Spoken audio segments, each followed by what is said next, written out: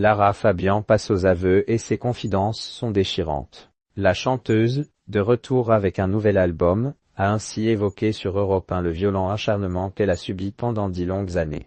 Lara Fabian a été la cible des moqueries des Guignols pendant de nombreuses années, puis la tête de turc du petit journal de Yann Barthès.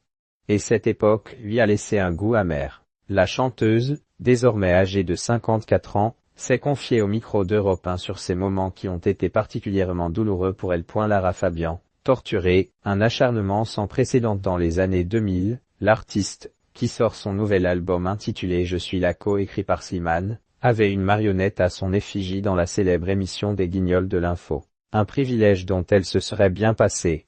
La star était constamment raillée pour sa voix et son interprétation. Récemment invitée au micro d'Europe 1, Lara Fabian a assuré face au journaliste Thomas Hiss qu'elle n'avait pas été « vexée » de cette caricature. Le sentiment éprouvé était bien pire. « Moi, je ne me suis jamais vexée dans ma vie. J'ai été torturée, ce n'est pas pareil. Cela m'a torturée parce que cela a duré 10 ans, avec une violence et un acharnement qui étaient sans précédent. Mais bon, c'est fini, c'est très loin. » Et l'interprète des tubes J'y crois encore et Je t'aime d'ajouter, cela a été très violent. C'était une époque où l'on pouvait tout dire, on pouvait tout faire et point. Lara Fabian, meurtrie, ma voix est devenue un vomissement à l'époque. Lara Fabian a énormément douté d'elle et de sa voix, qui était virulemment critiquée dans les Guignols de l'info. On peut dire de quelqu'un qu'on n'aime pas ses chansons, pas de problème.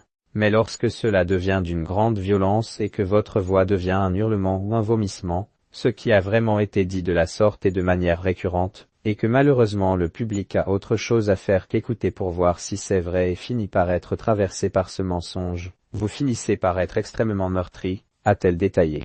L'ex-compagne de Patrick Fiori a été si meurtrie par ces moqueries qu'elle a été jusqu'à modifier sa façon de chanter. À l'époque, il y a eu un long moment où j'ai carrément eu le sentiment qu'ils avaient raison.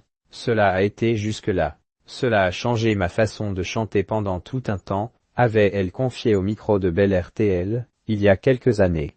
Désormais, cette mauvaise passe est derrière elle et la chanteuse tente de ne pas prêter attention aux critiques infondées.